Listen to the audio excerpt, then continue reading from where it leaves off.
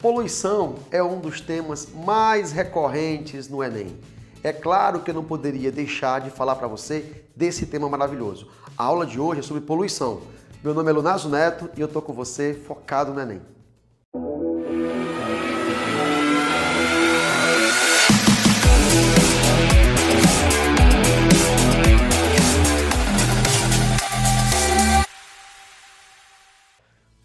Bom, gente, como eu te falei, poluição é realmente um dos temas mais relevantes para a prova do Enem.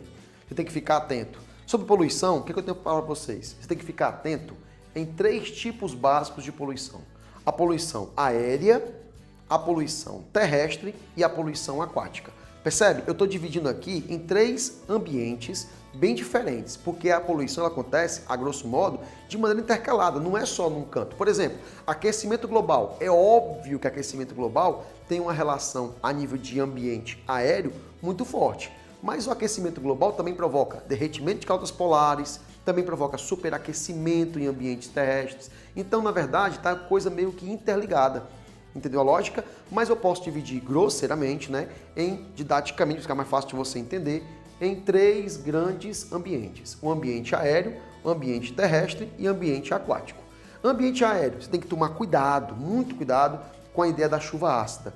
A chuva ácida é fruto de processo de queima, principalmente de combustíveis fósseis. Esses combustíveis fósseis vão liberar uma grande quantidade para a atmosfera de CO2, de monóxido de carbono, mas também de derivados de enxofre. Esses derivados de enxofre, eles reagem com a água na forma de vapor, formam compostos de caráter ácido e é óbvio que quando essa chuva cai, não vai ser aquela chuva que vai queimar a sua pele, não é isso. Estou falando, sabe de quê?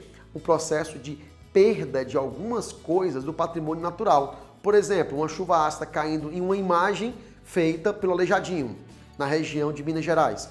Essa chuva ácida vai corroer aquela pedra, que é a pedra sabão, e vai reduzir a qualidade, a longevidade dessa pedra. E isso tem a ver com a chuva ácida. Uma chuva ácida que cai sobre uma folhagem muito verde, e essa folhagem acaba perdendo o seu pigmento fotossintético.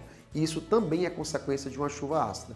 Deu para entender? É isso que eu estou falando, o impacto ambiental provocado por esse processo. Dá uma lidinha que isso é bem interessante. Um outro assunto, aquecimento global, acabei de falar, e as inversões térmicas.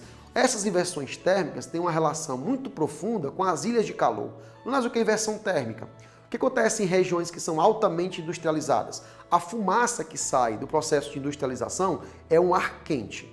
Esse ar quente poluído tende a subir por ser quente. O ar frio que está na camada mais superior tende a descer. E aí acontece uma troca, O ar quente sobe e o ar frio desce. Só que em algumas épocas do ano, em algumas regiões que tem essa industrialização muito forte, se forma entre o ar frio e essa fumaça produzida pela indústria uma camada de ar quente.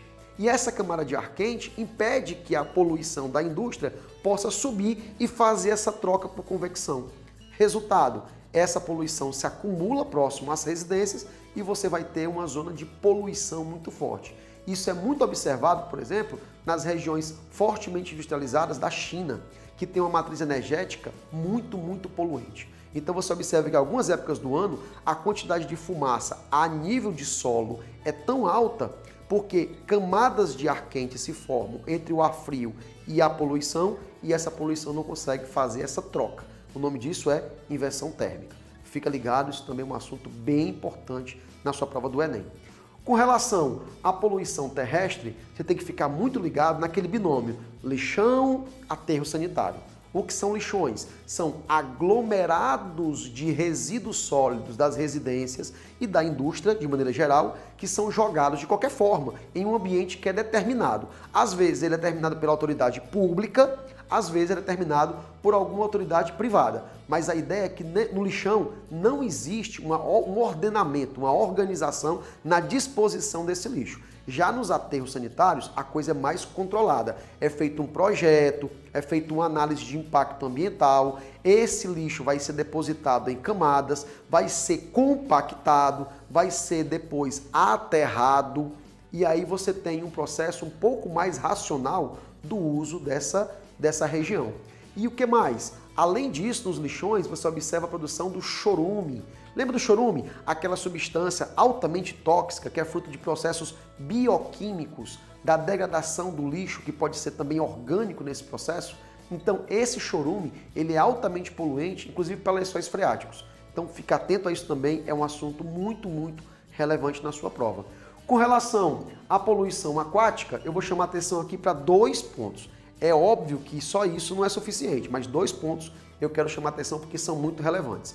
A poluição por petróleo, que a gente vai chamar isso aí de maré negra. A maré negra é, na verdade, aquela camada de petróleo que se forma na região, em algumas regiões que tem derramamento, vazamento de petróleo, e aí a luz fica impedida de passar. Como a luz não passa, o processo fotossintético fica comprometido, automaticamente o oxigênio nessa região fica reduzido e os animais que dependem de oxigênio nessa região acabam por ficar comprometidos na sua subsistência, na sua sobrevivência.